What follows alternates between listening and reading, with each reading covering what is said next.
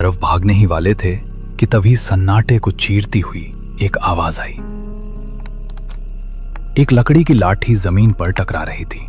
अंधेरे के बीच से एक धुंधली पीली रोशनी उभरने लगी। एक बूढ़ा आदमी उनकी तरफ बढ़ रहा था। उसकी लालटेन की लौ नीली पड़ रही थी। रात बहुत गहरी है मुसाफिरों, और इस जंगल की भूख उससे भी गहरी। बाबा, आप कौन हैं? यहाँ कैसे? हमारी गाड़ी खराब हो गई है, क्या आप हमारी मदद कर सकते हैं?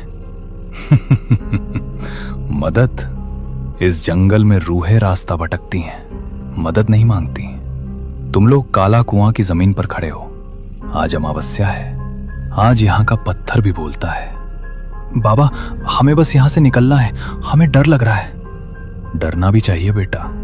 इस मिट्टी के नीचे वो लोग दबे हैं जिन्होंने भूख और प्यास में अपनों का ही मांस नोच लिया था। 100 साल पहले इसी रात को गांव का कुआं सूख गया था। लोग पागल हो गए थे।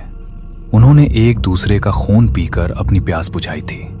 तब से यह जगह शापित है। बूढ़े ने अपनी लाठी से दूर एक पुराने ढह चुके कुएं की ओर इशारा किया। वहां से एक अजीब सी सुबकने की आवाज आ रही थी। बाबा, आप हमें डरा रहे हैं।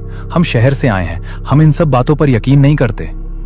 यकीन आंखों को नहीं, रूह को होता है बेटा। वो देखो, कुएं की मुंडेर पर, क्या तुम्हें वो औरत नहीं दिख रही जो अपने बच्चे को खून पिला रही है? राघव, मुझे कुछ दिख रहा है। एक औरत सफेद कपड़ों में, वो हमारी तरफ देख रही है और मुस्कुरा रही है। वो बुला रही है तुम्हें। आज की रात उसे 2 नए मेहमान चाहिए। अमावस्या का अंधेरा कभी खाली हाथ नहीं लौटता। अचानक एक तेज ठंडी हवा का झोंका आया और बूढ़े की लालटेन बुझ गई। जब राघव ने अपनी टॉर्च जलाई तो वहां न तो वो बूढ़ा था और न ही कोई आवाज। बस एक पुरानी लाठी जमीन पर पड़ी थी जो अब एक सड़ी हुई हड्डी की तरह दिख रही थी। बूढ़ा गायब हो चुका था, लेकिन उसकी डरावनी हंसी अभी भी हवा में तैर रही थी। राघवदेव और समीर पत्थर की तरह जम गए थे। तभी गाड़ी का रेडियो अचानक फिर से चालू हुआ, लेकिन इस बार शोर नहीं था, बल्कि एक बहुत ही सुरीली और जानी पहचानी लोरी बज रही थी। वही लोरी जो राघव की मां उसे बचपन में सुनाती थी। समीर, सुन रहा है? ये तो वही गाना है।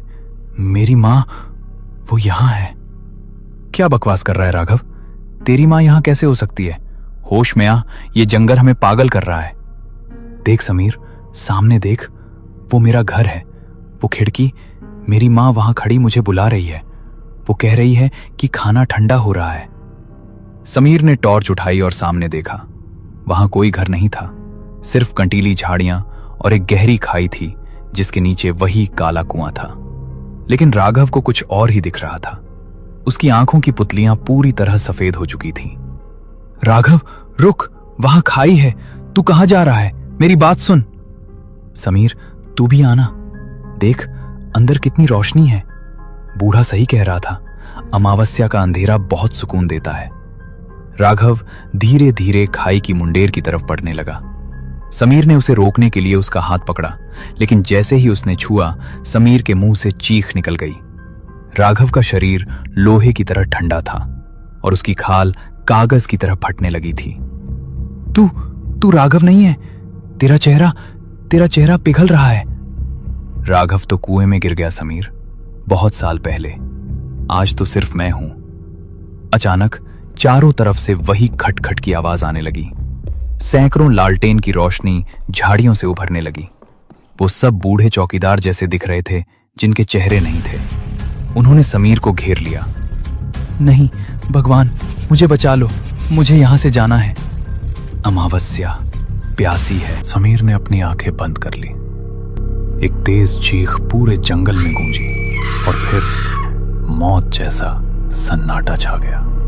अगली सुबह सूरज की रोशनी ने उस भयानक जंगल के राज खोल दिए।